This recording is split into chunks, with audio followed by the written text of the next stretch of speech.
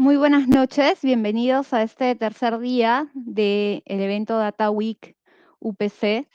En este tercer día tenemos un tema muy interesante a cargo de Valerie Gautier Umaña.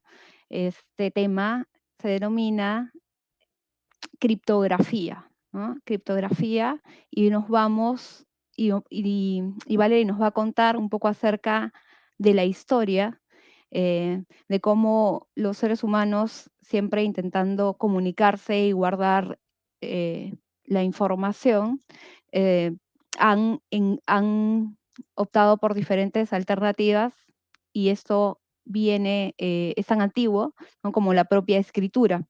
Esta criptología, que es el arte de guardar y compartir secretos, vamos a poder conocerla un poco más, saber cuáles son los retos que existen ante los computadores cuánticos, y para eso quiero darle la bienvenida a Valerie.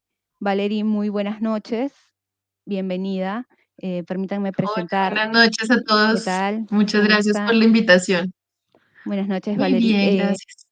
Gracias. Les comento un poco acerca de Valerie. Valerie es profesora asistente del Departamento de Ingeniería de Sistemas y Computación de la Universidad de los Andes, Colombia. Es matemática de la Universidad de los Andes. Tiene una maestría en álgebra, geometría y teoría de números en la Universidad de Burdeos, Francia, y en la Universidad de Padova, Italia. Ella es PhD en matemáticas aplicadas en el área de criptografía postcuántica de la Universidad Técnica de Dinamarca. Es investigadora postdoctoral de la Universidad de Caen en Normandía, Francia, y del Departamento de Matemáticas de la Universidad de los Andes de Bogotá.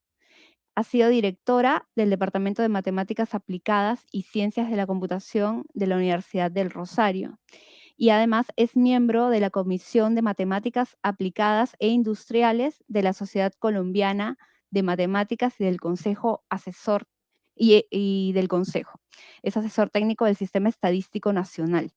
Bien, ella está transmitiendo desde Colombia, así que te damos la más cordial bienvenida, y en nombre de UPC el agradecimiento por estar aquí, Valerie.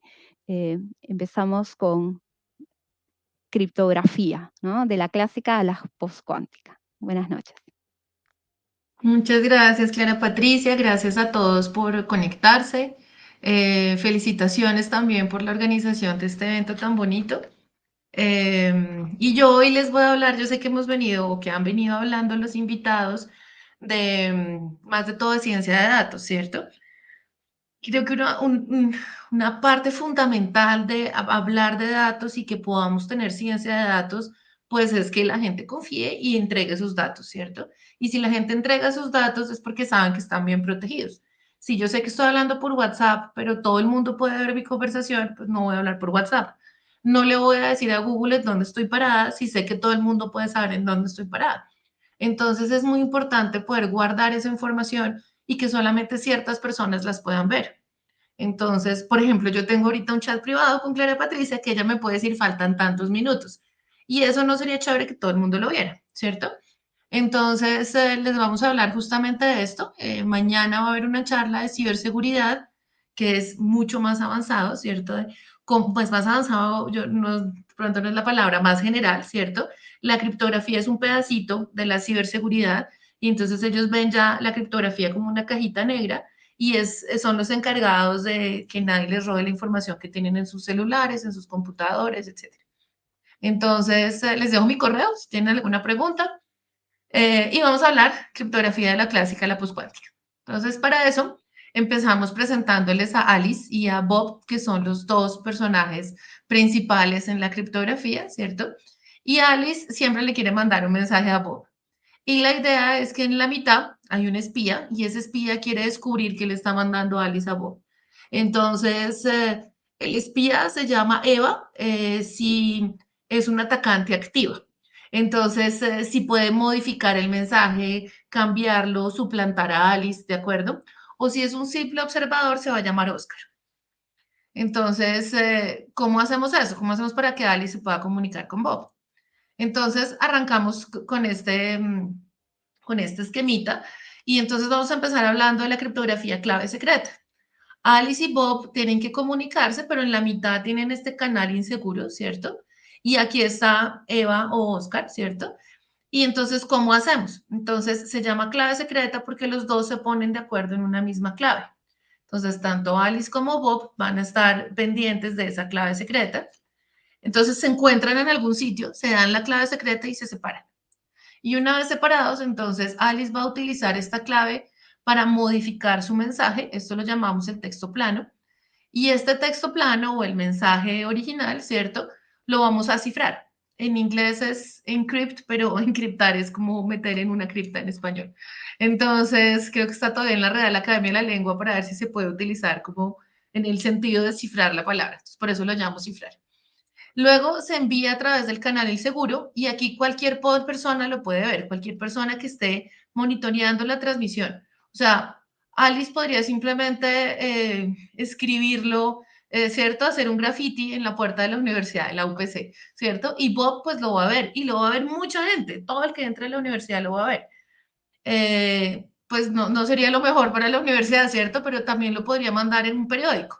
Entonces, en una época en Inglaterra se mandaban los enamorados y los amantes secretos mensajes cifrados en los periódicos. Y entonces Babbage, que era un criptógrafo de la época, le fascinaba y una vez hay una historia que les escribió en el periódico diciéndole los pillé, no se fuguen, usando la misma clave secreta. Entonces, el objetivo acá es que se envíe esta clave secreta, este mensaje cifrado y que nadie, ni Babar ni ningún otro, pueda saber qué dice el mensaje, ¿cierto? Y aquí Bob es el único, como tiene la clave secreta, es el único que es capaz de recuperar el mensaje. Y eso lo llamamos descifrar. Entonces, al hecho de cifrar, descifrar y encontrar una clave secreta conjunta, lo llamamos un criptosistema. Entonces, el juego inicial de la criptografía es crear criptosistemas. Durante un tiempo se buscaba que no importaba, o sea, que la gente escondiera qué criptosistema estaba utilizando.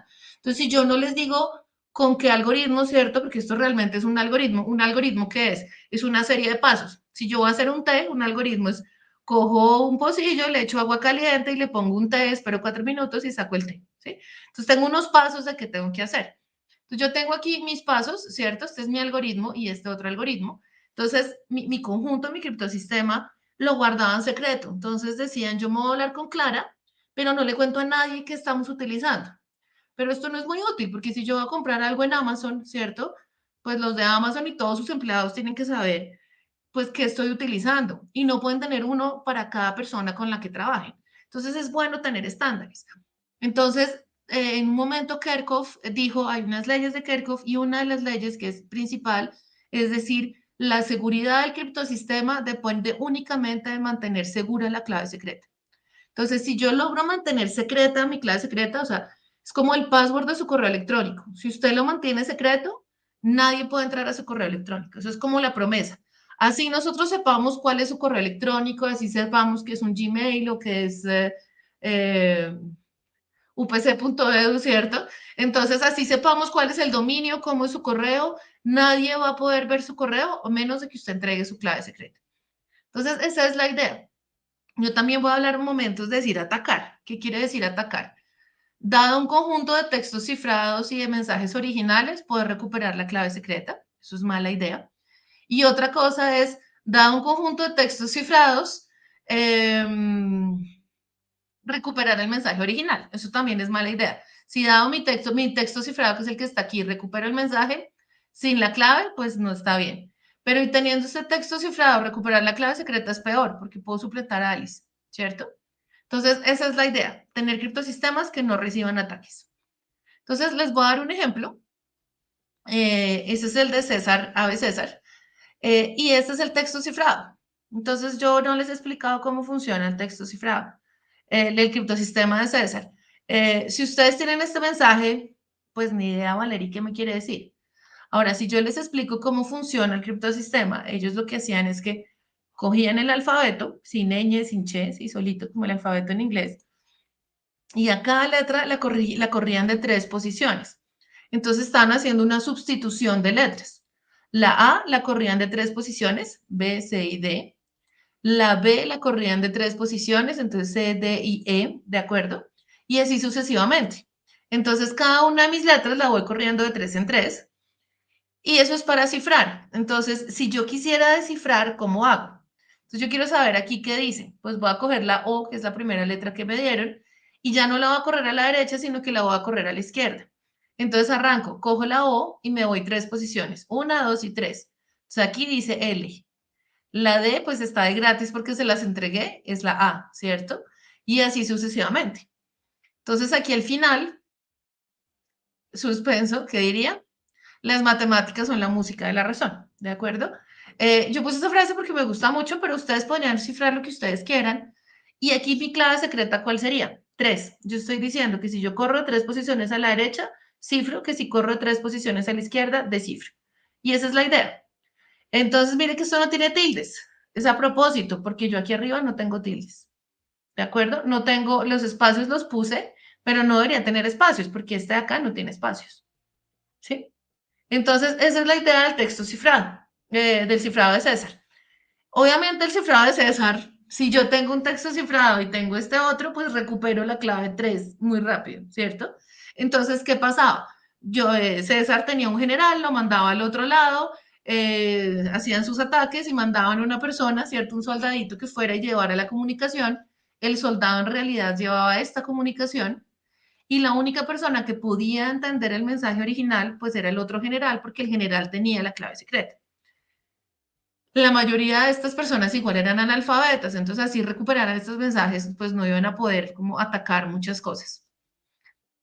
Otra cosa que también se utilizaba en la antigua Grecia era la citala, y ellos lo que hacían es que cogían unos palitos de ciertas dimensiones y enrollaban un cuero y escribían su mensaje. Entonces yo aquí hice una citala en PowerPoint. Entonces un ejemplo descifrado con.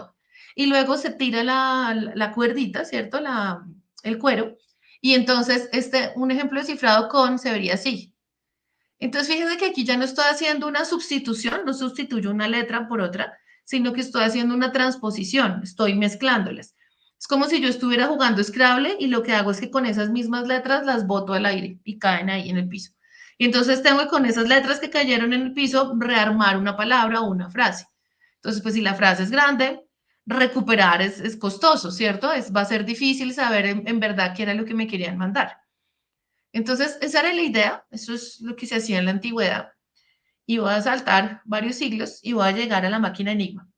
Entonces, la máquina Enigma es una máquina que se usó en la Segunda Guerra Mundial para hacer criptografía. Y es un momento clave en la criptografía, porque hasta ese momento los que hacían criptografía eran lingüistas. Y entonces, si yo voy a cifrar algo que dicen los alemanes, pues tengo que conocer muy bien el idioma alemán, cuáles son las palabras conocidas, cuál es la letra más recurrente. Y entonces los lingüistas eran las personas que se encargaban de eso. Voy a hacer un poquito de spoiler, cuidado con la película del Código Enigma, que se la súper recomiendo porque cuentan la vida de Turing y la vida de una mujer que era muy buena y que querían que trabajara en el equipo y la tenían que hacer pasar como secretaria porque no podía entrar allá con los hombres. Pero hay un momento en el que no sé, el general o el grande del equipo, cuando Turing llega y le dice, yo le puedo atacar esa máquina, él le dice, ¿y usted, pero usted sabe alemán? Y él le dice, no. Y se le rió en la cara y le dice, no sabe alemán y va a atacar Enigma. Y Turing le dice, es que esto es lenguaje de máquinas. Y claro, ahí van a nacer las ciencias de la computación. Y a partir de que la criptografía se meta en las máquinas, es que los matemáticos y los científicos de la computación empiezan a tener un juego, un rol grande en la criptografía porque ya lo vamos a ver, ya después va a ser más de números. Hasta este momento ya es una criptografía como mecánica. Entonces, ¿cómo funciona Enigma? Enigma básicamente son sustituciones y transposiciones. Ellos no fueron supremamente creativos, pero lo que hicieron es que aumentaron la complejidad enormemente de tal manera que una persona no pudiera hacerlo solito. Entonces, ¿qué hacen? Si yo tengo un soldado que está, no sé, en Francia ya invadiendo y cogen esta y quieren escribir B chiquita. Entonces ponen la B chiquita, la clave secreta es cómo enchufan la máquina acá.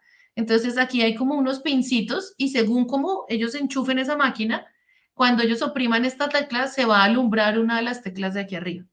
Entonces, asumamos que cuando espichan aquí la V, se va a alumbrar la E, y ellos se mandan al otro por radio, eso también se ve en la película que se les recomiendo, ¿verdad? Cuando se acabe la charla la pueden poner ahí en Netflix. Ellos escuchan, ellos están escuchando por radio porque la frecuencia es pública, es lo que les decía el graffiti de ponerlo en un periódico. Ellos están escuchando el momento en que los van a bombardear. Ellos saben que por ahí están mandando en donde, la localización de donde los van a bombardear.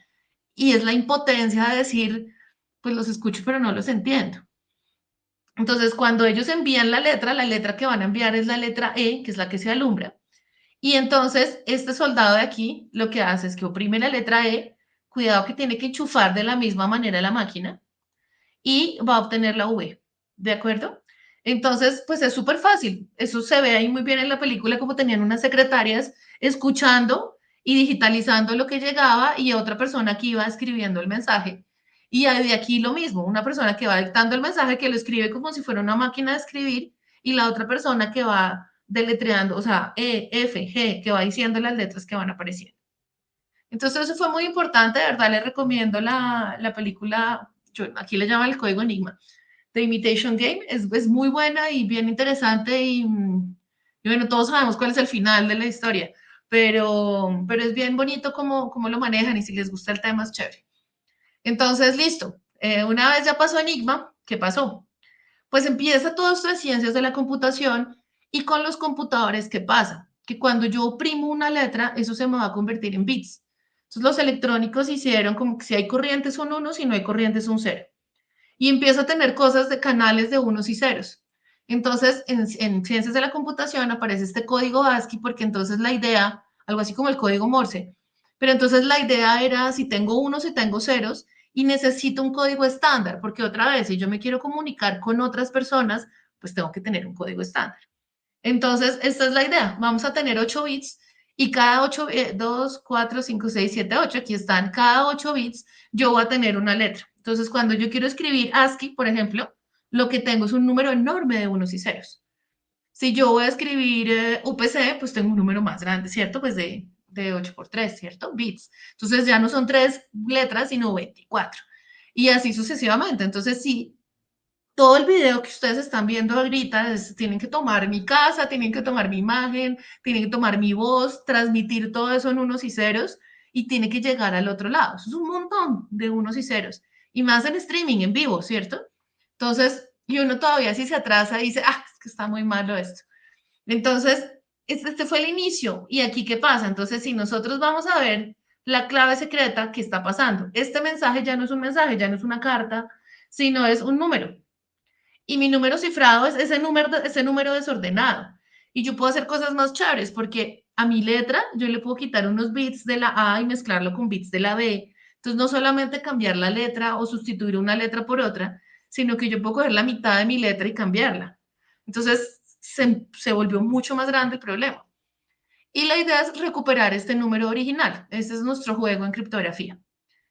Pues buenísimo, porque entonces por eso es que ahí estamos los matemáticos y los científicos de la computación, porque pues claro, yo tengo un número. Entonces, listo, tengo mi clave secreta y actualmente tenemos unas claves secretas estándares, se llama el AES. En los 90 estuvo el DES, después nos dimos cuenta, pues antecitos del DES habían escogido uno como estándar y se dieron cuenta que tenía una puerta trasera. Una puerta trasera, ¿qué quiere decir? Que los que habían organizado el criptosistema podían leer todos los mensajes. Entonces fue terrible porque rompió la confianza. Y por allá en 1800 siempre los británicos salían a decir, ay, nosotros ya habíamos atacado ese criptosistema, pero lo habíamos guardado secreto. Cada cosa que se publicaba, los gobiernos decían, ay, nosotros ya lo habíamos hecho, pero sí. Entonces como que no había mucha confianza y no había mucha comunicación. Entonces, a final de los noventas, la NSA, que es el Instituto de Estándares de Seguridad, el Instituto Nacional de Seguridad de Estados Unidos, dice necesitamos un estándar. Y como hubo el problema de esta clave, de esa puerta trasera, entonces la NIST, que es el Instituto Nacional de Estándares y Tecnologías, dijo, déjeme yo tomo eso, que no sea una cosa política, sino que es una cosa tecnológica. Y ahí fue chévere porque hicieron una competencia. Y esta competencia entonces, ahí es donde la academia juega un rol muy importante, las empresas también, y obviamente el gobierno, porque los gobiernos casi siempre tienen estos centros criptográficos muy buenos. dependiendo qué gobiernos. Yo no sé en Perú esto cómo está, pero en Colombia el COMPES dice que necesitamos y no tenemos. Entonces, pero uno va y ve Bélgica, ¿cierto? Ve Estados Unidos, China, tienen ¿cierto? Todo lo como uno ve en James Bond, ¿cierto? Todos los británicos, todos ellos, pues los que hicieron Enigma, ¿cierto? Tienen estos centros de criptografía poderosos porque son los que les permiten comunicarse entre ellos. Entonces, ahí fue muy bonito porque entonces, pues mezclémonos, porque como vamos a hacer una competencia y esto va a ser un estándar en el cual nosotros vamos a compartir toda nuestra información. Entonces, ahora uno ve que el presidente le manda un correo al ministro de Defensa, lo llama por teléfono. Entonces, no es que ellos tengan un criptosistema especial, sino que necesitan que los estándares de verdad sean estándares. Entonces, eso también cierra la brecha entre lo que puedan tener estos gobiernos secretos con lo que tengan las empresas súper patentadas y lo que tenga la academia. Al contrario, hay empresas como Google, Microsoft que contratan criptógrafos que van a conferencias y cuentan qué están haciendo, porque saben que es mejor que todo el mundo trate de atacarlo y ver si eso sí es seguro o no es seguro antes de implementarlo. Entonces esa es la idea. A final de los noventas se cierra esta competencia grande que buscaba el primer criptosistema simétrico, ¿cierto? O a clave secreta estándar que se llama el AES, que ganaron dos belgas. Entonces estamos tranquilos, ya nos podemos comunicar. Pero entonces tenemos un problema. ¿Cuál es el problema? Que si Bob se quiere comunicar con más personas, ¿cierto? Si ya no solamente quiere hablar con Alice, pues necesita una clave para cada persona. Y además de todo, necesita encontrarse debajo de un puente, escondido, ¿cierto? En un túnel, entregarse la clave y separarse. Eso se ve muy bien en las películas de la Guerra Fría, porque era como un boom grande de la criptografía simétrica.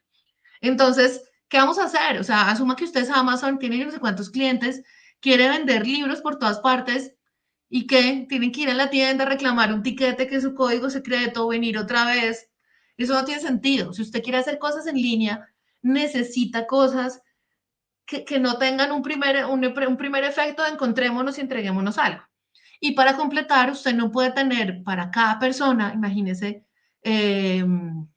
una clave secreta. ¿Dónde las guarda? ¿Cómo se acuerda de las claves? ¿Cómo va a ser? ¿Cierto?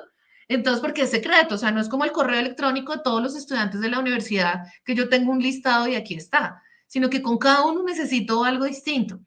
Entonces no es muy práctico. Esto se usa, por ejemplo, en cajeros electrónicos. Eso es chévere porque yo tengo mi clave, meto mi tarjeta y me dan mi plata.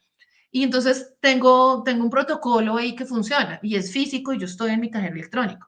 Pero ¿cómo hago para hacer comercio electrónico? Entonces, esa era la pregunta que se tenía. Y en el 76, Diffie y Hellman, ellos dijeron, vea, pero dejemos de pensar como la criptografía antigua, de tenemos que hacer sustituciones, transposiciones, enredar la pita, que es cómo funciona básicamente la criptografía simétrica, sino pensemos como matemáticos. Usted lo que tiene es que tiene una función de un solo sentido y usted quiere que nadie se pueda devolver a menos de que tenga una clave secreta. Entonces, si yo le digo a Clara, mira, yo te tengo P y tengo Q, ¿cuánto es P por Q? Entonces, pues N es igual a P por Q. Entonces, Clara me dice, no, pues si yo tengo 3 y tengo 5, Clara me dice 15. Fácil, ¿cierto? Ahí desde primaria me dice 15. Ahora, si yo le digo factorízame 15, pues Clara me dice es 3 y 5, ¿cierto? Pero ahora si yo cojo un número primo muy grande y cojo un número Q primo muy grande y los multiplico y le entrego N, o sea, todos sabemos multiplicar, eso es fácil, y le entrego ese N a Clara y le digo factorícemelo, Clara no puede. Y no solo Clara no puede, no, yo no puedo, nadie puede, no hemos podido. No hemos podido factorizar números grandes. Entonces, como es un problema complicado que nadie puede, lo llamamos un problema hard, ¿sí? Entonces, como son problemas difíciles, listo, esto está ganado, porque yo lo que puedo hacer es que yo tengo P como clave secreta, entonces ya tengo P, y Q sería N sobre P. Entonces, si yo le doy a la persona la clave secreta P, la persona puede recuperar Q, porque aquí no está factorizando. Aquí lo que está haciendo la persona es que está dividiendo, y eso sí es fácil. Entonces, esta idea de Diffie-Hellman fue muy buena porque ellos dijeron, tenemos criptografía clave pública. ¿Qué es eso? Es, mire que ahora estas dos llaves son distintas. Esta tiene aquí unas cositas especiales y están. Entonces, lo que vamos a hacer es que Bob va a tener una clave secreta, que es esta de acá, y va a tener una clave pública que la tiene todo el mundo. Alice, pero también la tienen todos ustedes, Eva, Bob, todo el mundo. Y lo que va a hacer Alice es que con esta clave pública de Bob va a cifrar el mensaje, manda su texto cifrado, pero la única persona que puede descifrar el mensaje es Bob. Aquí ya no es simétrico, por eso se llama asimétrico o a clave pública, porque ahora Alice con esta clave ya no puede descifrar. Es el mismo ejemplo de su correo electrónico. Todos tienen un correo electrónico que es público. Yo se los dije, enfaticé. Aquí está mi correo electrónico si me quieren escribir, ¿cierto? Y les di mi correo electrónico. Pero eso no quiere decir que ustedes se van al portal de los Andes, abren mi correo electrónico y ven mis mensajes. Necesitan mi contraseña, ¿cierto? Esa contraseña es el equivalente a mi clave secreta. Entonces, esta idea fue buenísima, porque dijimos, ah, no, buenísimo, porque con eso podemos hacer criptografía clave pública, y hacemos comercio electrónico, no nos toca encontrarnos debajo de un puente, se puede utilizar la misma clave, ganamos. Pero nadie pudo dar un ejemplo. Y eso además tenía un problema, porque pues las matemáticas, pues como leyó Clara en la definición, en mi presentación, yo hice la maestría en teoría de números, geometría y álgebra, ¿sí? Y eso es como la teoría de números, es como la reina de las matemáticas, entonces les gusta como que no sirvan para nada, que son muy bonitas, que se estudian por su propia belleza. Y entonces encontrarle una aplicación que sirve para la guerra, que sirve además de todo para el comercio, ¿cierto? Para los bancos, pues no era lo más chévere. Entonces los matemáticos estaban ocupados haciendo sus demostraciones y como que no les interesaba mucho esa parte de aplicar. Ha sido una batalla grande que las matemáticas aplicadas tengan un sentido. O sea, los matemáticos hacen matemáticas muy teóricamente aplicables, pero no las aplican. Y está el ingeniero que coge esas cajas negras y las utiliza. Pero hay un punto en la mitad entre esa ingeniería que las está utilizando, o el economista, el administrador, y el matemático que está desarrollando eso, ¿cierto? Entonces, ellos no sabían, Diffie Hellman, pues cómo propagar esto. Entonces pusieron como una publicidad que estaban buscando cómo solucionar eso. Y Rives, Shamir y Adleman, que son ellos tres, estaban en el MIT y Shamir y Rives trabajaban en oficinas cerquita y querían trabajar juntos y no sabían cómo en qué porque trabajaban en temas distintos. Y les pareció interesante este reto que se encontraron ahí en la cafetería del MIT. Hay cuenta como un sudoku de la época. Y Adleman era el profesor. Entonces se pusieron a trabajar en eso y Shamir cuenta que un día como a las 3 de la mañana tomando vino rojo dijo así es y se fue y despertó a Rivest y escribieron el artículo que se llamaba el ARS. Y entonces llegaron donde Adleman a las 8 de la mañana, aquí está el artículo, aquí se hace. Y Adleman dijo, no, qué oso, llámelo el RS, yo no voy a poner mi nombre en eso. Y luego por la tarde pasó y le dijo, llámelo el RSA. Y el RSA todavía lo estamos usando, más de 40 años después. En el 78, Rivers, Shamir y Adleman proponen el RSA, que es el criptosistema que se utiliza. Actualmente no se utiliza así tal cual lo propusieron ellos, pero se utiliza con unas cosas que se llaman curvas elípticas. Y entonces, ¿cuál fue la idea? La idea es utilizar el problema de factorización de enteros, que fue el que les conté, y el del logaritmo discreto, que no va a entrar en detalles. Entonces, ellos utilizan esto y proponen este criptosistema que es una maravilla. Entonces ya ganamos, ni siquiera hay que irse a hacer un concurso a ver cuál es el estándar, no, nos vamos con el RSA. Y hubo otras propuestas, pero todas eran menos chéveres que el RSA en el sentido en que el tamaño de la clave es bueno, en que es ágil de hacer, en que atrajo un montón de gente a ese tipo de criptografía. Entonces fueron haciendo muchas implementaciones. Entonces hasta ahí estábamos tranquilos. Pero luego llega Peter Shor en el 94, que en ese momento trabajaba en laboratorios Bell, ahora es profesor del MIT, y Peter Shor dice, si usted me da un computador cuántico, yo le resuelvo ese problema, tanto de logaritmo discreto como de factorización. Y entonces se acaba toda la criptografía clave pública. Entonces, no, pero pues el computador cuántico no existe. Entonces, tranquilos. Pero entonces, en el 2001, IBM logró hacer un mini computador cuántico de 7 qubits y factorizó 15. Entonces, con 83% de probabilidad, 15 es 3 por 5.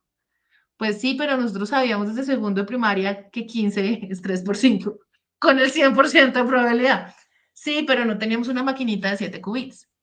Luego, en el 2012, ya factorizaron 21 y 143. Yo empecé mi doctorado en el 2008 en este tema. Y, y entonces decían, como, ¿qué vamos a hacer cuando lleguen los computadores cuánticos? ¿Cierto? Que inventémonos otro tipo de criptosistema, porque ¿qué va a pasar? Y un amigo me decía, usted está asumiendo que una máquina imaginaria llega y tumba todo. No, no trabaje en eso, trabaje en criptografía clásica, véngase para Francia y haga eso. Y miren ahora, después en el 2014 nos enteramos que en el 2012 habían factorizado 56.153. Entonces, ¿qué tan cercanos están los computadores cuánticos? Pues yo no sé, no soy una experta, pero aparentemente están muy cercanos. IBM, justo antes de pandemia, expuso a esta máquina, yo lo llamo una calculadora cuántica, eh, que es el IBM Q, en el MIT, estuvo allá 6 meses. Si se dan cuenta, yo no sé si alcanzan a ver, aquí hay una persona parada, eso son como un paquete de compras, y por acá está la cabeza. Entonces, aquí hay otra persona parada. Es como ese momento que uno ve que hay computadores que son de todo un cuarto y que hay personas metidas adentro en las fotos. Estamos como en ese momento histórico donde están empezando a aparecer estos computadores cuánticos. ¿Qué tan cercanos están? No sé. ¿Qué tanta plata le están metiendo a eso? Mucha. Hay una carrera grande de alianzas poderosísimas para buscar cuál es el primer computador cuántico. Y esos computadores cuánticos necesitamos que se puedan programar. Entonces, ¿qué ventajas tienen? Que son muy rápidos. Entonces, hay un algoritmo de Gruber que todo se hace súper rápido en paralelo. Pero entonces uno dice, pues, agranden las, o sea, para el AES, para las funciones de hash, agranden los tamaños de las claves. Pero para, para factorización y logaritmo extreto, lo tumba todo. Entonces, desde que se pueda implementar el algoritmo Shor, estamos muertos. En estas máquinas todavía no, yo por eso no lo llamo computador cuántico, porque un computador en el que usted no pueda programar, pues no, para mí no es un computador, pero están muy cerca. ¿Sí? ¿Qué tan cerca? ¿Cuándo van a llegar? ¿Qué pasa? Que cuando yo tengo un criptosistema nuevo, una nueva solución, yo tengo que mostrarle al mundo y que la gente trate de atacarlo. Y eso pasa un tiempo, póngale 5 años. Y una vez la gente diga, listo, todo el mundo trató de atacar eso y nadie pudo, le creemos, 6 años, listo, empecemos a implementarlo. Entonces vienen los electrónicos y empiezan a hacer las implementaciones. Y hay unos ataques famosos como las llaves de los Ferraris en el 2010, creo, que todo el mundo, todos los criptógrafos deberían andar en Ferrari porque de verdad el algoritmo era muy bueno, pero en el momento de hacer el clic se hacía un ruido y si uno cogía ese ruido, podría abrir los demás Ferraris, algo así. Y podía recuperar los tamaños de las claves. Entonces, allí hay un tipo de ataques que es más de side channel attack, se llama, que es más por el canal en el que se están manejando, por el ruido que haga, por el tiempo que se demore. Entonces, la implementación también tiene que ser segura y eso se demora. Y una vez usted ya haya creado toda esa confianza, pasan por ahí 10 años, lo puede empezar a implementar. Y eso es tenaz, porque si el computador de cuántico llega antes, ¿qué hacemos? En este momento en Estados Unidos hay un búnker que está guardando todo lo que estamos mandando. ¿Qué tanto quieren escuchar lo que yo hablo? Pues yo me imagino que no. Pero ¿qué tanto quieren escuchar a su presidente hablando con su ministro de Defensa? Seguro que sí. A los presidentes de las grandes compañías, seguro que sí. Entonces, ¿hasta cuándo va a ser segura esa conversación? De pronto en 10 años que ellos logren comprar ese computador cuántico o hacerlo, van a poder mirar todas estas cajitas negras que tienen en este momento. Entonces es como apocalíptico, ¿cierto? Que vamos a ver, se nos va a acabar la cuarta revolución industrial porque todo está basado en datos, todo está basado en que la gente confíe y haga compras en línea, en que yo me voy a meter al metro pero ahora cojo todos tiquetes, en que estoy haciendo Uber, estoy haciendo una cantidad de cosas descentralizadas y todo se hace con una aplicación. Pero si yo no puedo dar ni mi posición, ni mi tarjeta de crédito, ni nada, pues ya no van a haber datos para analizar. Entonces es como, como muy importante, es bueno que así no suene tan sexy como ser científico de datos, es importante que más jóvenes estemos en esto. Y no solamente jóvenes en China y en Estados Unidos, en todas partes tenemos, yo me metí en los jóvenes, pero que ustedes que están estudiando en la universidad se animen a estudiar estas cosas es muy importante porque, ¿qué pasa? Si llegan estos computadores cuánticos, ¿qué vamos a hacer? Entonces se creó el Stalin Bernstein, que lo trajimos a Colombia en el 2019 a un curso de verano en criptografía. Y él se inventó esta palabra postcuántica. Él dijo, pues llamémosla la criptografía postcuántica, después de los computadores cuánticos. Entonces, una vez llegan estos computadores, ¿qué nos vamos a inventar? Mi primera conferencia fue en el 2010 y éramos más o menos unas 70 personas. Esta fue la foto en el 2016 donde la NIST hizo un llamado. Y esta es una foto de la diapositiva que puso Dustin Moody allá. Dijo, mire, el cielo se está cayendo, se nos cae absolutamente todo lo que conocemos en criptografía pública. Para la criptografía asimétrica necesitamos claves más grandes. Para las funciones de hash, que es lo que se usa mucho para blockchain, para zero knowledge proof, todo esto, necesitamos unas claves más grandes. ¿Qué vamos a hacer? Esto se soluciona, pero ¿y esto? ¿Y se soluciona sí o no? Porque usted esto lo soluciona con un computador cuántico, computadores potentes. Pero si usted está haciendo IoT, si usted quiere desde su celular decirle a la ventana que se abre, que se cierra, la aspiradora que aspire mientras que usted no esté, que el Waze o cierto, la aplicación que usted utilice para no tener tráfico, le diga a su horno, usted se puede prender porque Valeria ya está llegando, ¿cierto? Todo eso necesita que las claves no sean muy grandes porque todo es con IoT. Entonces, y la seguridad es muy importante, que tal que cualquiera pueda aprenderme a apagarme mi luz, me pueda aprender a apagar micrófonos, ¿cierto? Eso no es chévere. Aprender a apagar mi horno, abrirme el agua. O sea, eso no es chévere, es peligroso. Lo puedo hacer además con, hay unas imágenes que hizo la Universidad de CUT en Singapur, que prenden y apagan la luz en las plantas eléctricas y las explotan. Porque claro, mientras que se hace el reboost, se vuelve loco el sistema y se empieza a explotar eso. Entonces pueden empezar a haber unos ataques grandísimos que no queremos tener, porque la base de otra vez de esta cuarta revolución industrial y de las que se vienen es que nos podamos comunicar de manera segura. Entonces, ¿qué hacemos?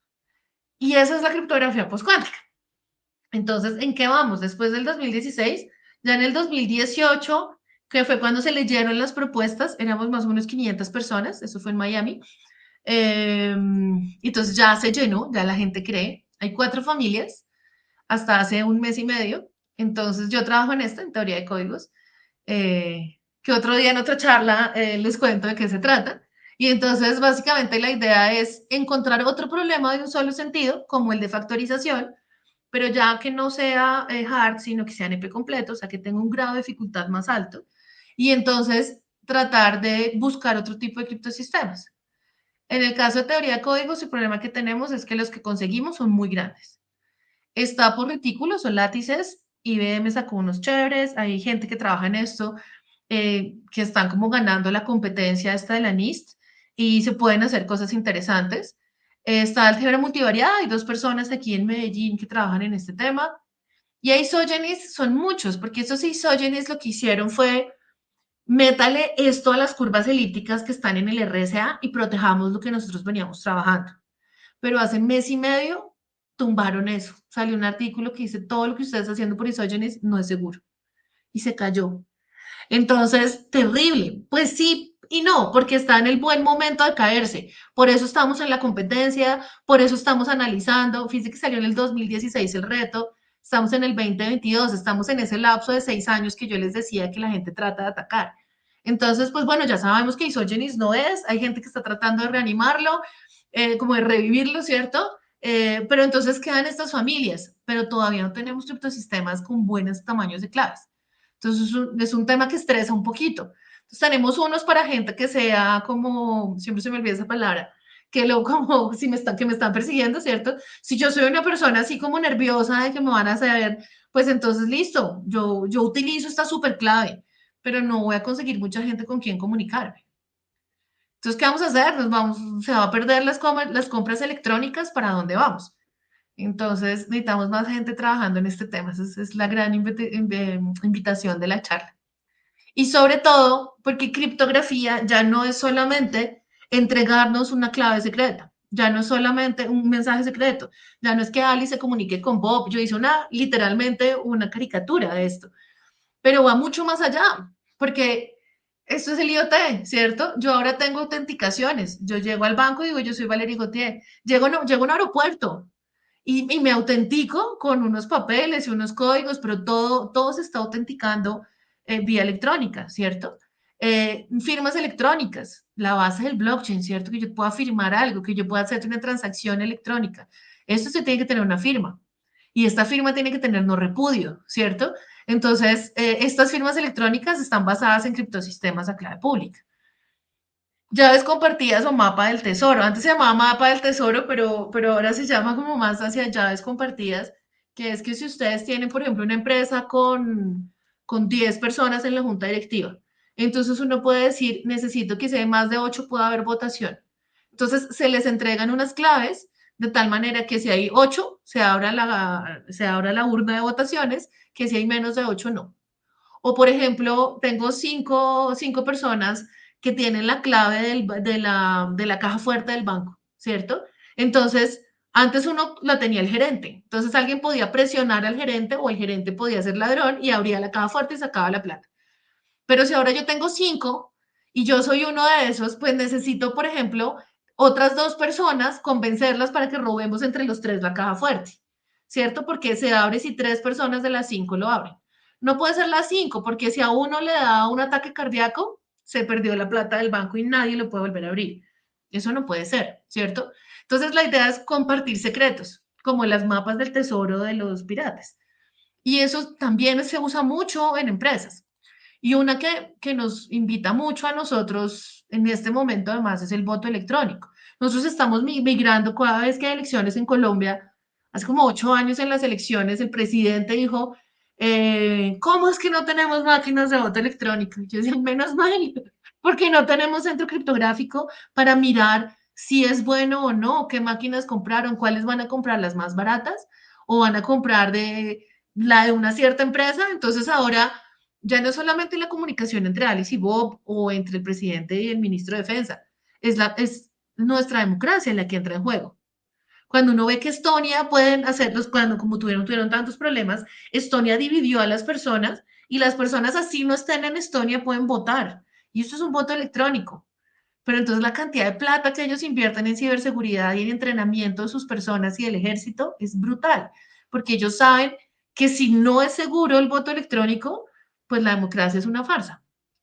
Entonces, es bien importante porque ya no es solamente un juego de comunicación, sino que incluso puede llegar a que la democracia esté en juego. Entonces, esta es como la situación. Con esto termino, es un poquito dramático el final, pero si quieren saber más, me pueden mandar un correo y les puedo mandar literatura. Si les gustó la historia de la criptografía, hay un libro que se llama Los Códigos Secretos de Simon Singh, que eso es muy bonito y cuenta historias de cómo salen. Es un arte que sale en el Kama Sutra, de hecho, porque las amantes tenían que saber mandar mensajes cifrados. Salen cómo envenenaban a los reyes, salen historias, la que les conté el periódico, historias muy bonitas y explican los criptosistemas para no matemáticos de una forma muy bonita. Y si quieren ya un poquito más en forma, mándenme un correo y con gusto les mando libros y cosas. Es chévere que se animen a trabajar en esto.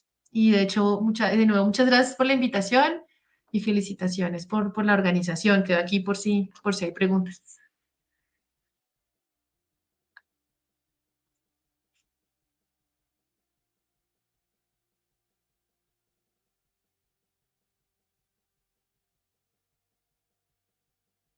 No te escuchamos. Muchas gracias Valerie por esta exposición. Creo que se han aclarado varios términos y varias dudas que podían existir acerca de la criptografía, ¿no? Como un estudio para proteger, el estudio de la protección de la información, ¿no? Los animamos a colocar sus preguntas a través de los comentarios. Eh, yo quería comentar acerca de qué tanto estamos expuestos a diferentes ejemplos en los que utilizamos, ¿no? O nuestros dispositivos están constantemente utilizando esos sistemas para proteger la información, ¿no? O las firmas electrónicas, eh, los las criptomonedas, las... Es más, en nuestro WhatsApp, ¿no? Constantemente tenemos ese mensaje de que las llamadas y los mensajes se están cifrando de extremo a extremo y detrás de todo esto está un poco lo que nos has contado, ¿no? Yo quisiera empezar con una pregunta, Valerie, sobre esta, estos tipos de criptografía, ¿no? Tú nos has Sí. hablado de algunos. este, ¿Cuáles son los tipos? Tenemos que hay simétrica, asimétrica, híbrida y de pronto, no sé si podrías desarrollar un poquito más acerca de esos de esas clasificaciones. Sí, entonces tienes la clásica, que es la clásica es la que les conté, ¿cierto? Lo que hacían antes de la criptografía moderna, que es la clave secreta y pública. Luego entonces tienes la secreta, que fue la que les conté, tienen la misma clave secreta. Luego está la pública, donde entonces uno dice, Alice le manda, utilizando la clave pública de Bob, el mensaje a Bob, pero entonces esta es más costosa. Entonces la gente dijo, vea, usted el problema que tenía la clave secreta es que usted se tenía que poner de acuerdo en una clave secreta. Entonces ahí nace la híbrida, que es la que tú comentas, que es, yo voy a utilizar la clave pública para comunicarnos, digamos, voy a hablar con Clara y entonces le digo, mira, utiliza mi clave secreta y me mandas una clave secreta y ya con esa clave secreta podemos empezar a comunicar. Pero antes de ponernos a comunicar por clave secreta, yo necesito saber si Clara es Clara. Entonces, hazme un favor y te autenticas. Entonces, cuando uno entra al banco y le hacen preguntas y le dicen en qué año nació y yo no sé qué, y de su código secreto, uno se está autenticando y uno está demostrando que uno es uno. Entonces, yo, por ejemplo, podría, digamos, yo soy pésima en ajedrez y entonces Clara es muy buena y entonces yo le digo, Clara, enséñame ajedrez y le apuesto una botella de vino de la mejor del restaurante que usted, que yo le gano. Y entonces Clara me dice, pues obvio, sabe que yo soy mala jugando ajedrez. Entonces empezamos y le digo a Clara, empiece usted así todo desafiante. Le digo, empieza tú y tú arrancas con las blancas y luego yo voy con las negras.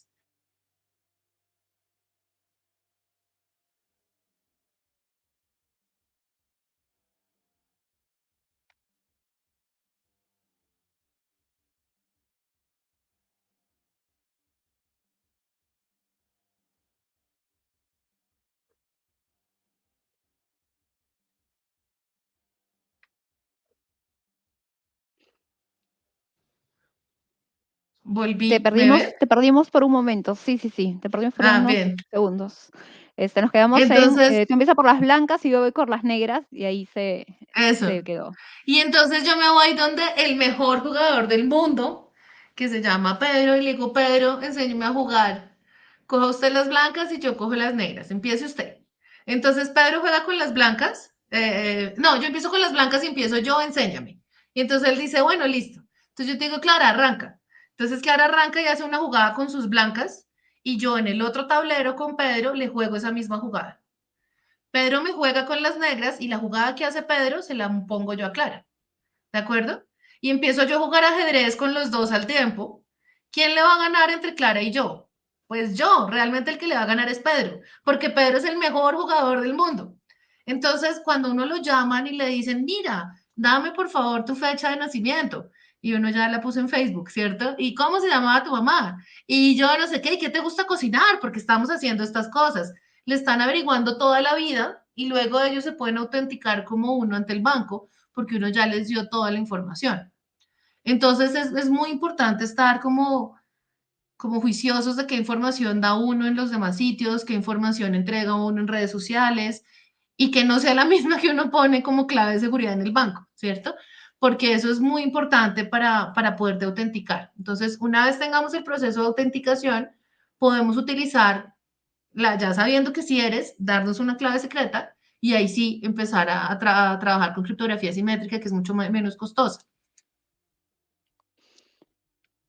Y Valeria, en este caso, o sea, tú nos has hablado de criptografía, de clave privada, clave pública, clave privada. ¿Qué relación tiene esto con la criptografía cuántica? Entonces, ¿Lo la cambias cuántica es la otra. velocidad? Ujú. O sea, ¿cuál es No, la la relación o la cuántica es otra diferencia? familia. Entonces yo tengo Ujú. en los computadores normales, que tengo en la criptografía moderna, que llamamos porque era moderna versus la clásica de la antigua Grecia y de lo que utilizaban en 1800, ¿cierto? Entonces empezamos a hacer esta simétrica y asimétrica y luego sale la híbrida como tú contabas, pero luego llega la postcuántica, llega un computador cuántico, ¿qué hacemos? ¿Cierto? Entonces ya tengo estas tres familias, o cuatro si usamos la clásica. Pero entonces luego llegan, ¿qué hago para hacer criptografía? Utilizando la física cuántica, no utilizando un computador cuántico, sino con la física cuántica, ¿cómo puedo hacer? Y eso es una cosa que tiene un nombre todo, es muy bonito porque es teleportación cuántica. Uno, uy, pero en realidad no es eso, es como mandar un fax. Cuando yo le mando un fax de aquí a Perú, pues claro, la información aparece allá en un papel, pero no es que este papel se esté teletransportando a Perú, ¿cierto? Es que mi información está llegando allá y aquí se me desaparece mi papel. Entonces, en esta física cuántica que no soy experta, Cuando ellos hacen las mediciones se desaparece y aparece en el otro lado donde se midió. Entonces es muy interesante porque con este efecto de teleportación cuántica podemos medir la información, mandarla y entonces como estar seguro que nadie la midió, porque si alguien la midió, pues se quedó con el dato. Entonces, el problema que ellos tienen es que si yo tengo dos antenas de comunicación, no pueden estar muy lejanas. Entonces, solamente me puedo comunicar con gente chiquita, cerquita, pues. Ya lo que están tratando de hacer es alargar esa distancia para que pueda haber mejor computación cuántica. Y en los criptosistemas cuánticos que habían, tenía un problema se llama Man in the Middle Attack, que es que yo puedo tener Eva en la mitad de los dos y suplantar a Alice. Entonces coge la información de Alice y le manda otra cosa a Bob, coge la información de Bob y le manda otra cosa a Alice, o sea, es fatal. Pero están Ujú. tratando de corregir ese error, de poder hablar sin que esta Eva esté en la mitad atacando el criptosistema, y están tratando de alargarlo de las antenitas. Y es otra área que está cogiendo fuerza. Yo la veo más lejana que lo que hacemos nosotros, porque pues es que igual con computación cuántica yo tengo mi celular precuántico y me comunico con mi celular y tengo una aspiradora que aspira sola, por ejemplo, pero esa no es cuántica. Entonces, no importa, yo lo que tengo que estar segura es que alguien con un computador cuántico no me pueda atacar mi comunicación, pero no tengo que tener un computador cuántico. Entonces, eso como que exige menos que la computación cuántica en ese sentido. Bien, muchas gracias por la respuesta. Ahora sí tenemos varias preguntas. Creo que vamos a pedirte que nos acompañes unos minutitos más porque ha causado Claro. bastante interés y tenemos varias dudas aquí. Tenemos una pregunta de Ángelo Mardini que dice, hola Valerie, una consulta, la criptografía que pueda controlar nuestros artefactos día a día de casa, ¿cuánto crees que pueda ser una realidad? ¿Y qué riesgos realmente implica la posible pérdida de control, como en tu ejemplo de las plantas eléctricas en Singapur, ¿no? Cuando hablamos de, no solamente en casas, ¿no? Sino Sí, de las industrias 4.0 que precisamente este, necesitan proteger yo sus creo que operaciones. nunca, Angelo. Yo creo Ujú. que nunca va a haber un 100% de seguridad. Eso es un trade-off. Si tú quieres estar en comunicación, uno se va a exponer. Ahora, uno puede tener, así como uno se baña por las mañanas, uno puede tener como una higiene en ciberseguridad, ¿cierto? Entonces, por ejemplo, hay gente que pone cámaras en la casa para cuidar a los hijos. Si ustedes han visto esos videos, se meten y no les ponen códigos de seguridad. Entonces, uno por búsquedas de internet puede encontrar estas cámaras y hay unas en las que les puede prender y apagar el micrófono. Entonces, si ustedes, en eventos así grandes en colegios, cuando hablaba a veces, pero no se pueden haber 400 niños, y les digo, ¿quién tiene, eh, ¿cómo se llama esto? El antivirus en su computador? Todo el mundo levanta la mano. ¿Quién tiene el antivirus en su celular? Y ya el 30% levanta la mano. ¿Quién tiene el antivirus en la nevera? Y todos se ríen. ¿Por qué? Porque la nevera, ¿qué va a tener antivirus? Pero es que ahora resulta que las neveras se conectan al Internet. El computador, o sea, el televisor se conecta a Internet, ¿cierto? Uno le mete Netflix, le mete todo esto. ¿Y dónde está el televisor? Al frente de la cama, ¿cierto? Y al frente de la cama uno está poniendo una cámara conectada a Internet y no le puso ciberseguridad. Entonces, si tú no le pones esa seguridad, pues tienes unos riesgos enormes. Entonces, es mucho del usuario. Es como si tú vas por una calle en el centro de cualquier capital, estás en Nueva York, por ejemplo, ¿sí? O en París, pues tienes el riesgo que te roben la billetera. Ahora, si andas con la billetera en la mano, tienes mayor riesgo a si la tienes metida en un canguro debajo de tu saco, básicamente. Entonces, hay que tener como buenas prácticas y eso es muy importante. Eh, y necesitamos equipos, o sea, gente que estudie ciberseguridad y que las empresas se lo tomen muy en serio, sobre todo las que tienen infraestructura crítica. El otro día fue hace como 6 meses, hicimos un proyecto con el ejército y ellos querían hacerlo en drones. Entonces yo dije, pues van a buscar que, ¿cierto? Desde mi perspectiva muy académica, cómo hacer que los drones puedan volar con los vientos y las montañas en Colombia, porque siempre se les estrellan. Y la pregunta de ellos fue, ¿cómo hacemos como una especie de espacio donde los drones enemigos no puedan entrar? Porque ellos llegan, sobrevuelan y tienen toda la información. Entonces, es muy importante que las empresas estén cuidándose. Esto es más de ciberseguridad que de criptografía como tal, tu pregunta. De hecho, hay una charla mañana de criptografía. Entonces, de pronto, pues te invito a que la escuches y seguramente ella te podrá decir más cosas. Ahora, la criptografía que tenemos en este momento es segura hasta que lleguen los computadores cuánticos. O sea, en este momento lo que tú me decías, ¿en qué momento se podrá? Es seguro. Porque WhatsApp empezó a dejar que esto sea de borde a borde la comunicación. Ellos tuvieron un caso donde una persona robó o mató a alguien, pero fue una cosa así toda terrible, utilizando mensajes de WhatsApp. Entonces la policía les decía, me tienen que entregar los textos de esa persona. Y ellos, no, yo no puedo porque yo tengo un contrato con la persona que dice que yo no le voy a entregar esto a nadie. Entonces, no, pero es que es la ley la que lo está obligando. Y dijimos, sí, pero mi empresa está en otro sitio y no en Brasil. Esto fue en Brasil. Entonces, esto fue toda una cosa legal y así ellos quisieran ayudar a contar quién era el asesino, no podían, porque ellos tenían acceso a esa información, pero no podían divulgarla. Entonces, ellos decidieron, nos cuidamos y esta información va secreta borde a borde. Entonces, yo no sé usted qué está mandando por ahí, pero usted tiene derecho a comunicarse secretamente. Y ese es el objetivo. Y la gran pregunta es usted para qué quería saber mis cosas, ¿cierto? Entonces, obviamente, pues por cosas de publicidad y temas así. Entonces, hay que cuidarse muy bien. La infraestructura crítica, imagínate, es que una ciberguerra es terrible. Por eso ahorita con la guerra de Ucrania y de Rusia, mucha gente decía que Rusia ya tiene un computador cuántico porque rompieron la seguridad de comunicación del ejército ucraniano. Entonces, yo creo que alguien les dio más que tener un computador cuántico escondido en Rusia que no han contado.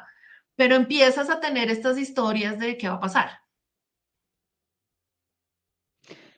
Tenemos Valerie, tenemos otra pregunta aquí, bueno, tenemos varias, ¿Vale? pero vamos a ir con un par más nada más. Dice, Brenda nos dice, hola Valerie, ¿cuál consideras tú que ha sido el paso más significativo a lo largo de la línea del tiempo de la evolución de la criptografía? ¿No? Si tal vez colocarías a la biometría como, como ese Yo, punto. el más grande, yo pondría Turing. Yo pondría empezar a hablar de ciencias de la computación, la creación de los computadores, porque eso fue lo que nos cambió. O sea, dejó de ser algo lingüista de cuántas vocales pones y que la E es la letra más que se repite en inglés y que cómo es la gramática. Ah, no, yo puedo estar mandando cualquier cosa y esto es matemática, ¿cierto? Y entonces le puedo poner un número. Ese para mí es un punto de quiebre. Otro punto grande es el 78, ¿cierto? La criptografía clave pública en el cual nos podemos comunicar masivamente porque era la necesidad, ¿cierto? Ya íbamos a empezar a comunicarnos. La biometría como tal no es una cosa en criptografía, es un algoritmo más que lo que utiliza es tu huella digital en tu ojito, ¿cierto? Entonces eso es como otro algoritmo más que me parece súper chévere, ¿cierto? Porque además es pensar en, y que uno muchas veces dice, ¿será que si le doy mi huella digital a, para poder entrar más rápido en la fila del aeropuerto, pero pues tienen toda mi información, ¿cierto? Entonces yo esa no la pondría como un factor así clave. Eso es más como el IoT, ¿cierto? Que tú dices, pero está en todas partes. O sea, yo me compré esta aspiradora que adoro porque le pongo nombre y todo, porque me aspira a la casa y ya no me toca a mí, pero, pero no la tengo controlada desde mi celular porque me da susto. Yo voy, la prendo con un botón y miro que esté aspirando, le corro las sillas y estoy yo en la casa cuando prendo la aspiradora. Porque no confío mucho porque trabajo mucho en este tema. Y entonces me la paso angustiada. Pero, por ejemplo, hubo un caso donde estaba en la misma red, como las televisiones de los aviones, con la cabina del piloto. Y entonces pudieron meter virus y poder empezar a controlar cosas del avión. Entonces, dramático, o sea, tú puedes tumbar el avión en el que está alguien más metiéndote ahí o en el que estás tú. Entonces, es bien importante, o sea, eso podría ser una cosa dramática, ¿cierto? Pero yo lo meto dentro de la misma bolsita de que ya está todo como digitalizado. Y eso ya es más ciberseguridad. Entonces, la higiene con la que utilizas tú la criptografía. Para los de ciberseguridad, tú tienes una cajita negra y esa cajita negra es la criptografía que enchufas de cierta manera, le das estas claves y tienes que utilizarla bien. Pero gran parte de los ataques es porque esa clave secreta la guardan en un sitio que no está seguro. Entonces ahí tienes problemas. De hecho, creo que todos después de la charla vamos a quedarnos un A poco poner un también post-it en la un cámara del post-it en la televisor. cámara, pensar muy bien antes de poner la misma clave en más de una Claro, pues mira, tú cuenta. entras al baño y tienes un celular que de los dos lados tiene cámara para llevar música y te metes a bañar. Si tú pierdes el control de tu teléfono, en cualquier momento prenden y apagan la cámara. Y es terrible Ujú. porque por eso vienen estos mensajes famosos. Yo no sé si han escuchado de gente que los extorsionan diciendo que tienen videos de ellos desnudos, bailando, vistiéndose, comunicaciones y que si no les dan tanta plata en bitcoins, entonces lo van a divulgar. Muchas veces es mentira, muchas veces es verdad. Y entonces hay que tener mucho, mucho cuidado qué está haciendo y denunciar eso.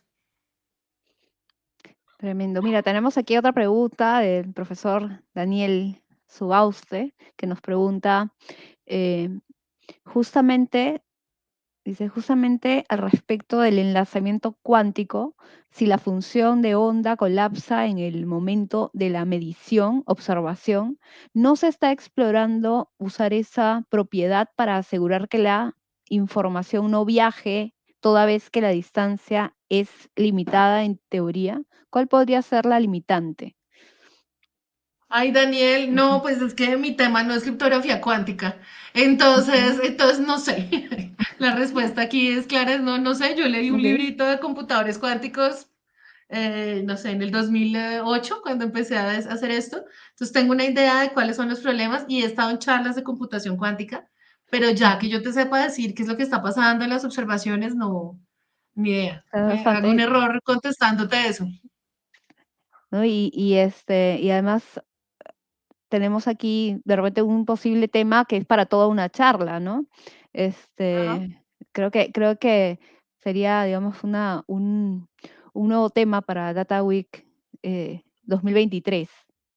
¿No? Tenemos aquí otra pregunta de Arnaldo Siwe. Dice, ¿cuáles serían las desventajas de los sistemas criptográficos? En el Perú, ¿cuál es su uso? Bueno, no creo que no tenemos ese dato en este momento, pero Yo ¿cuáles creo serían que las eso es muy desventajas? internacional.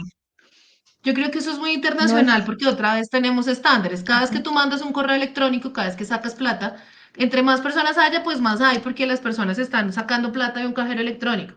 Pero si ahora tú tienes los pagos desde tu celular, ahora uno llega a yo no sé si esto ya lo están usando allá, que uno llega a ciertos restaurantes y puede pagar cada uno por una aplicación. Igual ahí estás metiendo criptografía. Entonces, cada vez que haces un pago en línea, cada vez que sacas plata con un cajero electrónico, cada vez que hablas por WhatsApp, todo eso está cifrado. Entonces es muy estándar lo que se usa en Perú, en Colombia o en China, solo que pues como en China son más chinos, pues vas a tener más personas utilizándolo. ¿Cuáles serían las desventajas de los sistemas? Los mismos que en todas partes. Entonces, porque se usan estándares, otra vez. Entonces, aquí, por ejemplo, hay gente que me decía, no es que nosotros queremos utilizar nuestro propio estándar, ¿cierto? O el ejército necesita hacer su propio criptosistema. Yo no hagan eso, porque estoy segura que por bueno que sea el equipo de criptógrafos del ejército, va a ser peor que el conjunto de todos los criptógrafos a nivel mundial. Entonces, es mejor creerle al estándar donde tú sabes que la academia, que el gobierno y que las empresas están todos en el pro. Yo, por ejemplo, soy más criptoanalista, que yo no he propuesto ningún criptosistema, yo solamente he atacado criptosistemas que proponen. Entonces uno dice, mira, en media hora le encuentro la clave secreta. ¿Sí? Entonces hay gente como yo que es como el malo del paseo, pero es necesario porque si no va a venir el malo malo y de verdad lo va a atacar. Entonces, que estamos analizando esa seguridad. Hay otros que están proponiendo, por ejemplo, en este momento yo estoy buscando con un grupo de profesores acá de los Andes proponer un criptosistema, pero así ganemos y sea un boom ese criptosistema, va a ser un criptosistema mundial. Fíjate que la AES lo hicieron dos belgas, la función de hash también salió en Bélgica, pero nadie dice que eso pues es el criptosistema estándar que lanza la NIST. Hay unos países como por ejemplo China donde dicen yo no voy a coger esto como estándar a menos de que haya un chino metido en el equipo porque no confío. Entonces, o para por ejemplo trabajar en el gobierno, te piden que te estudian obviamente tu familia, qué tantas presiones puedan tener, porque donde tú des información adicional eso puede estar mal. En algunos gobiernos, digamos que son un poquito más estrictos en eso, yo desconozco la situación en Perú, pero yo me atrevería a decir que Perú, Colombia, Ecuador, o sea, yo creo que Latinoamérica, Brasil y México tienen equipos más fuertes de criptografía. De resto estamos flojitos. Tenemos una ventaja, es que ahorita viene el blockchain, ¿no? Y con todo lo de blockchain y las criptomonedas y todo esto, eso se hace con criptografía, con criptosistemas, con firmas electrónicas. Entonces, la Ujú. gente se metió mucho en estos temas y eso hace que tengamos más jóvenes metidos ahí. La semana pasada vinieron de la UBA de Argentina y tienen una startup haciendo un Zero Knowledge Proof. Entonces, así no están haciendo criptosistemas, están trabajando en este tema y dan plata para que los estudiantes se metan. Y yo espero que eso se venga un boom como el científico de datos y haga que más jóvenes se... Fíjate que en las maestrías en ciberseguridad tienen mucho menos personas metidas que las de científicos de datos. Y yo, si tuviera una empresa, el primero que contrataba era el de ciberseguridad, porque la ciberseguridad me da mi reputación. Sí, ¿qué tal que en la Universidad de los Andes cualquier persona pudiera imprimir un diploma o meterse en la base de datos de egresados? Pues el diploma de todos mis estudiantes y mi diploma no vale nada, porque cualquiera puede tener un diploma de la universidad, lo mismo de la UPC. Entonces, la base de datos de egresados, eso es oro en polvo, ¿cierto? Porque es la reputación de la universidad. Después hay otra base de datos, la de los pagos. Si yo me meto en la base de pagos de la UPC, pues los estafo y ustedes me pasan una plata. Pero es menos riesgoso que eso. Si yo le robo a un banco las personas y sus tarjetas de crédito, pues terrible porque la gente saca la plata de ese banco y se va para otro lado. Entonces yo creo que eso es muy estándar y que no depende tanto del país, sino más como estrategias que estén utilizando los bancos. Y en la TAM es casi el mismo banco que está en todas partes, ¿cierto? Entonces yo creo que eso está muy estándar. Valerie, y ahora que hablas de los certificados, o sea, lo fácil que sería de pronto entrar a la base de datos y emitir documentos, ahí entra también la seguridad de los certificados digitales, ¿no? Y también Todos, está una vez más y la de que... los no Ajá. digitales, porque yo puedo mandar a imprimir un diploma o decir se me perdió mi diploma, pero yo estoy en tu base de datos, ¿me imprimes una copia? Claro, no, no, la seguridad con la que se protegen precisamente los certificados digitales, la firma digital, el DNI digital, ¿no? Claro, Bueno, todo eso. Y todo eso oigan, entra en riesgo si llegan los computadores cuánticos. Denos becas para trabajar en eso, para tener estudiantes en eso. claro que sí. De hecho, creo que todos hoy día, después de tu charla, mucho más conscientes de los retos de proteger nuestra seguridad, nuestros datos. Y quiero agradecerte, Valerie, en nombre de la Facultad de Negocios, de la Facultad de Ingeniería, por habernos acompañado en este tercer día del Data Week, transmitiendo desde Colombia, compartiendo todo tu conocimiento y sobre todo la pasión con la que nos has contado y has hecho que se vea tan sencillo algo que es en cierta forma muy complejo, ¿no? Incluso veía en los comentarios que disfrutaban mucho cómo tú disfrutabas el explicar Sí, ese es un tema, ¿no? tema lindo. Así es, así es. Y esperamos tenerte nuevamente, ¿no? Porque creo que hay mucho más por decir. Creo que después de esta charla todos van uno, a cambiar sus contraseñas y dos, Sí. a ver Código Enigma en Netflix, ¿no? Eso. Ese es Muchas un buen gracias, orden. Valerie. Muchas No, ustedes gracias. por la invitación. Qué rico estar virtualmente en Perú. Pronto, pronto estaremos allá presencialmente. Encantados de recibirte.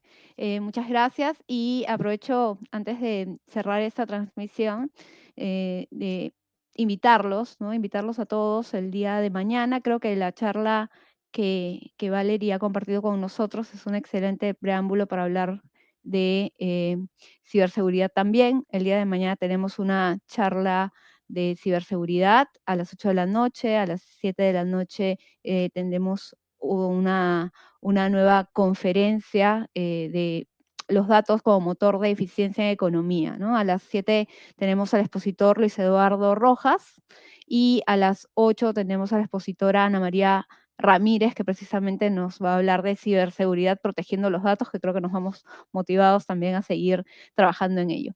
Muy buenas noches. Nuevamente, muchas gracias, Valerie. Que tengan una excelente noche. Hasta mañana, que es el día de cierre de esta segunda edición de Data Week UPC. Hasta luego.